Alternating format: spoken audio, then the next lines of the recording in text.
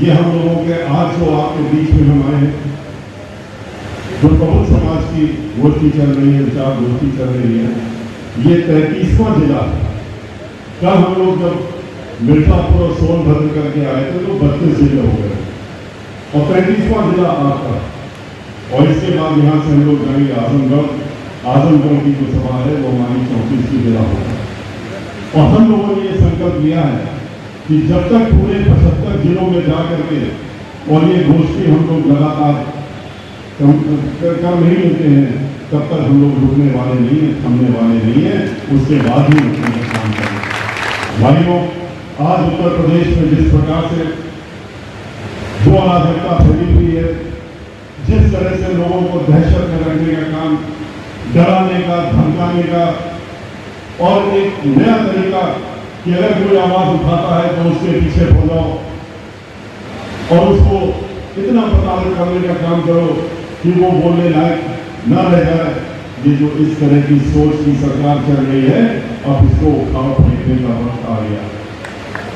ब्राह्मण समाज और दलित समाज, इनके ऊपर जिस तरीके से पिछले 4.5 वर्षों से ये सरकार इनके ऊपर हमला हुआ है, जिस तरीके से इनको नुकसान पहुंचाने का काम कर रही है, जिस तरह से समाज के लोगों को उनकी हत्याएं हो रही हैं, एनकाउंटर में मारे जा रहे हैं, गोलियों से ढूंढ दिए जाते हैं, सरकारी गोलियों से मारे जा रहे हैं, ये किसी से छिपा नहीं।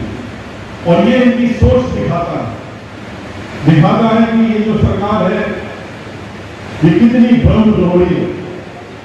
और ब्राह्मणों की द्रोही के साथ साथ में दलितों की जो द्रोही पहले से ही रही है, तो उन्होंने बहुत पहले से अपना कह रखा दिखा लिया। जब इनकी सरकार आती है या समाजवादी पार्टी की सरकार आती है, तो ये लोग दलित समाज के लोगों के साथ में और ब्राह्मण समाज के साथ में जिस तरह का उत्पीड़न करते रहे, उस तरह से जिस तरह समाजवादी पार्टी करती रही है, उसी तरह से भारतीय जनता पार्टी करती है। किस तरीके से 2017 में जब ये सरकार आई थी, आते ही इन्होंने अपना बता दिया था कि इरादा क्या है। रायबरेली के 5 ब्राह्मण समाज के नौजवान साथियों को उनके हाथ काटे, पैर काटे, उस पर भी इनको जब चैन नहीं मिला तो उसके बाद उनको गाड़ी में डाल करके जलाने का काम किया गया। उनकी घर जला दिए गए। और मंत्री कहते हैं, भारतीय जनता पार्टी के कमीना मंत्री उसी के तुरंत बाद कहते हैं, अपना बयान देते हैं कि ये तो ब्राह्मण समाज के भुगतान अपराधी लोग थे, इनका तो ये हर्ष होना ही चाहिए था और हमारी सरकार बहुत अच्छा काम कर रही है। इनके लिए कोई परेशानी चिंता करने की जरूरत नहीं है।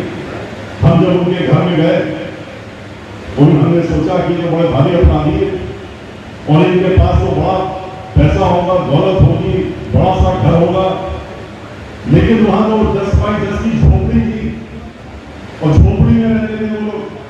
उस झोपड़ी को भी जलाने का काम किया। बस सिर्फ फर्क ये था कि वो लोग ब्राह्मण समाज के मुखर व्यक्ति लोग थे, नौजवान थे और लोगों के बीच में उठना बैठने का काम करते थे, लोगों का काम भी देखते।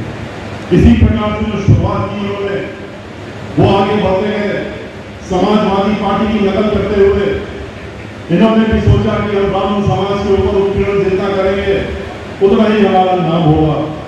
जिस तरह से समाजवादी पार्टी की सरकार में आप सभी लोगों को याद होगा कैसे नीरज मिश्रा नाम का नौजवान साथी जो कन्नौज का था, उससे नाराज हो गए और इतना नाराज हो गए कि उसका सर कटवा करके और कहा कि लखनऊ में हम दर्शन करना चाहेंगे।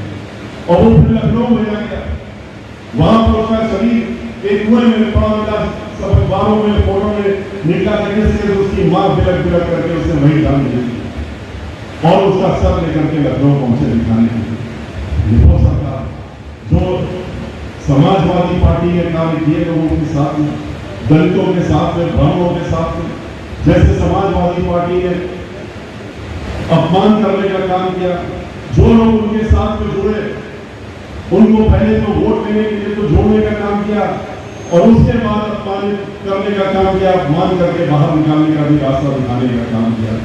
श्री राजाराम पांडे जी सभी लोग जानते हैं कि वो समाजवादी पार्टी के संस्थापक अपने आप को कहते थे, लेकिन 2012 और 17 के बीच में जब सरकार आई और जब ब्राह्मणों के बारे में मीडिया में भी छप गया, अखबार में उनका बयान मुखिया का और मुख्यमंत्री का कि ब्राह्मण समाज का कोई काम नहीं करना है, इनको सबक सिखाना है, उसके विरोध में जब राजा राम पांडे जी ने आवाज उठा दी तो उनको इतना बेइज्जत किया कि उनकी मंत्रालय भी ले लिया, उनका घर भी छीन लिया और उनको घर छीनने के बाद उनको अपने घर से बेइज्जती करके निकालने का काम किया। इतना दुखी हुए, इतना लज्जित हुए, क्योंकि सबके सामने किया था, मीडिया के सामने किया था कि घर जाते जाते उनका हार्ट अटैक हुआ और हृदय उनका रुक गया और उनकी मौत हो गई।